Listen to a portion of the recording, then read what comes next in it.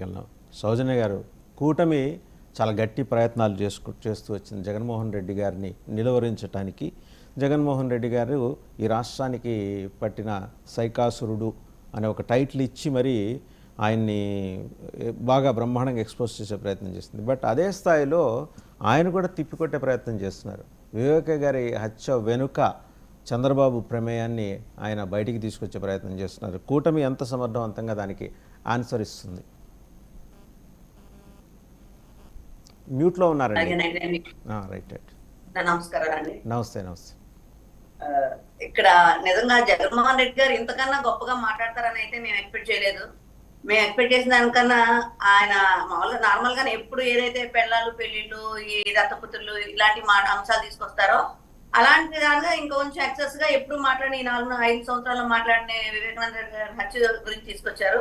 ఇక్కడ అసలు మనం ఆలోచిస్తే అండి, స్టార్టింగ్ రోజే ఇలాంటి అంశాన్ని తీసుకొచ్చారంటే ఎప్పుడు ఏదో ఒక పాచిక పారితే అది పారిద్దానని అనడానికి లేదు. ఎందుకంటే గతంలో 2019లో ఏదైతే వివేకానంద రెడ్డి గారు హత్య అవ్వగానే నెక్స్ట్ రోజు పేపర్ లో చంద్రబాబు నాయుడు గారిని ఒక కత్తి పట్టుకొని దాని కింద డ్రాప్ పెట్టి ఏదో పెద్ద విలన్ లాగా చూపించడం జరిగింది. సో ఆ రోజు ప్రజలు నమ్మారు అనుకోవాలి, ఎందుకంటే ఆ మ్యాండేట్ ఇచ్చారు కాబట్టి. కాకపోతే ప్రతిసారి అది వర్కౌట్ అవుతుంది.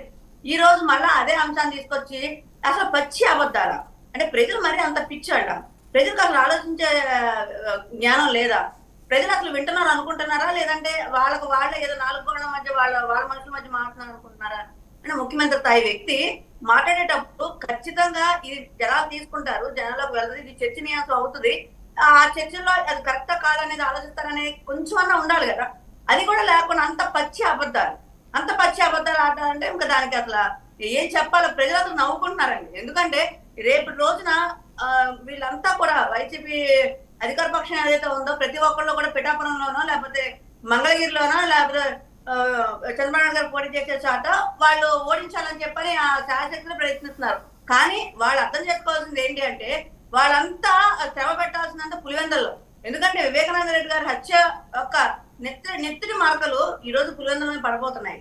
ఆయన మెజార్టీ ఏదైతే 90,000 పైకి ఆయన గెలిచారో లాస్ట్ టైం, ఈ రోజు గెలుస్తారా లేదా అనే పరిస్థితుల్లో అక్కడ ప్రజానీకం మాట్లాడుకుంటున్నారు. ముందు ఆ మాట గమనించుకోండి. ఎందుకంటే స్థానికంగా ఉన్న పులివెందుల్లో ప్రజలు ఏం మాట్లాడుకుంటున్నారో, వివేకానంద రెడ్డి గారు చేసిన పనులు ఎలా గుర్తు చేసుకుంటున్నారో, ఏ పని కావాలన్నా దుబ్బాతో కూడా ఉన్నా కూడా వెళ్ళి ఆ పనులు చేసి పెట్టే ఒక మనిషిని సొంత మనిషిని చంపారు అని తెలిసినప్పుడు వాడి యొక్క బాధ, వాడి యొక్క ఆలోచన, ఆవేదన ఎంత ఇదిగా ఉందనేది అందరూ అర్థం చేసుకోవాలి. ఇక్కడ అదంతా పక్కన పెట్టి దాన్ని మభ్యపెట్టే క్రమంలో మళ్ళా అది చంద్రబాబు నాయుడు మీద మోపే ప్రయత్నం. అంటే ఈ కోడికత్తి డ్రామాలు అవ్వచ్చు, అవ్వచ్చు, ఈ మళ్ళా పనిచేస్తా అని చెప్పి అనుకుంటున్నారు ఆయన. అంటే ఆయనకి సలహాలు ఇచ్చేవాళ్ళు ఆయన అనుకుంటున్నారా అవి పనిచేస్తుంది? వివేక గారి హత్య కూటమి అనుకుంటుందా? కూటమిలో ప్రత్యేకంగా తెలుగుదేశం అనుకుంటుంది. ఎందుకంటే దాదాపు నెలల తరబడి ఉంది. 5 ఏళ్ల నుంచి ఆ ఒక్క అంశాన్నే తెర మీదకి తీసుకొచ్చి జనాలకి చివరికి బోరు కొట్టించే విధంగా ఉందని చెప్పి వాళ్ళంతటా వాళ్లే విడ్డ్రా చేసుకున్నారు వాళ్ళ మీడియాలో ఈ అంశాన్ని. లేకపోతే ప్రతిరోజు పొద్దున 7ంటికి మీడియా ట్రయల్స్ మొదలవటం, 8ంటికి ఆయన ఎవరు అవినాష్ రెడ్డి గారిని అరెస్ట్ చేయటం, 10ంటికి తిహార్ జైలుకి తీసుకెళ్ళటం, మళ్ళీ 4ంటికి వదిలిపెట్టడం. 6 నెలలు చూసిన తర్వాత 6 నెలలు ఒక ఏడాది పాటు ఇట్లా చూసిన తర్వాత జనాలకి మొత్తేసింది. ఇంకా తెలుగుదేశం అధ్యక్షుడే నేరుగా వాళ్ళకి ఫోన్ చేసి బాబు ఇంకా ఆ హత్య కేసు వదిలిపెట్టేయండి, జనం పెద్దగా పట్టించుకోవట్లేదు అంటే దేనికైనా అండి తీవ్రత కొంతకాలం ఉంటుంది. ఇక అదే పనిగా భుజానే వేసుకొని ఆ రోజు మరి మొత్తం ప్రధానంగా తెలుగుదేశం ఎత్తుకుంది, జనసేన సపోర్ట్ చేసి మాట్లాడింది. కానీ జనసేన అంత తీవ్రస్థాయిలో వెళ్ళాక అంశంగా మాట్లాడారు మీరు అంతవరకు. బట్ అంశాన్ని ఉద్యమంగా చేసింది తెలుగుదేశం. దీనివల్ల ఏమైనా ఇంపాక్ట్ ఉంటుందా? వాళ్ళు అసలు సంబంధం లేనిది వాళ్ళు పడ్డారు కాబట్టి తెలుగుదేశం వాళ్ళకి అసలు సంబంధం లేని విషయాన్ని ఆ రోజు ప్రభుత్వంలో ఉన్నందుకు వాళ్ళ నిందలు పడ్డారు కాబట్టి మేము వాళ్ళు నిరూపించుకోవడం కోసం పదే ఆ అంశాలన్నీ కూడా వాళ్ళు ప్లే చేయడం జరిగింది. ఇక్కడ ముఖ్యంగా మనం ఆలోచించే కూటమి అయితే మీరేమనుకుంటున్నారండి? ఆ హత్య అంశం కూటమికి ఏమన్నా ప్రయోజనకరంగా ఉంటుందా, లేకపోతే జగన్మోహన్ రెడ్డి గారికి ఏమన్నా ప్రయోజనకరంగా ఉంటుందా? అసలు జగన్మోహన్ రెడ్డి గారికి నేను అదే చెప్తున్నా, పూర్తిగా మైనస్. ఆయన కూడా ఓడిపోయే పరిస్థితి ఉంటుంది. వివేకానంద రెడ్డి గారి హత్య నేపథ్యం మొత్తం 5 సంవత్సరాలు ఏదైతే జరిగిందో ఇది మామూలుగా వాళ్ళ దృష్టిలో అయితే డ్రామా, మామూలుగా జరిగిన నేపథ్యం అయితే మాత్రం మొత్తం జగన్మోహన్ రెడ్డి గారికి వ్యతిరేకంగానే ఉంటుంది.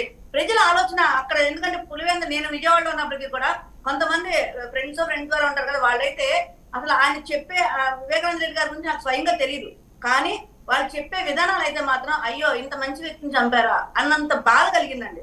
అంటే ప్రజలు అలా ఉన్నారు, నాయకులందరూ పక్కన పెట్టండి. ఆ ఓటింగ్ దగ్గర కనుక మీరు సరైన రక్షణ కల్పిస్తే మాత్రం ఖచ్చితంగా జగన్మోహన్ రెడ్డి ఓడిపోతాడని చెప్పని పులివెందుల ఇంటి పక్కన, అంటే జగన్మోహన్ రెడ్డి గారి ఇంటి పక్కన ఉన్న ప్రజలు చెప్తున్నారంటే మీరు గమనించండి ఏ స్థాయిగా ప్రజల వ్యతిరేకత ఉంది అనేది ఆ అంశం మీద. ఈ రోజు మళ్ళీ అదే తీసుకొచ్చి తెలుగుదేశం మీద పెడుతున్నారంటే ఖచ్చితంగా ఇది కూటమికి ప్లస్ అవుతుంది, కూటమికి ప్లస్ అవుతుంది. ఎందుకంటే ఏదైతే రాయలసీమ ప్రాంతాల్లో గెలుపు అనేది ఉండదు. రైట్ సౌజన్య గారు, మళ్ళీ మీ దగ్గరకు వస్తాను. ఒకసారి బీజేపీ నాయకులు తిరుపతిరావు గారు కూడా జాయిన్ అయ్యారు, వారి దగ్గరికి వెళ్దాం. తిరుపతిరావు గారు నమస్కారం అండి.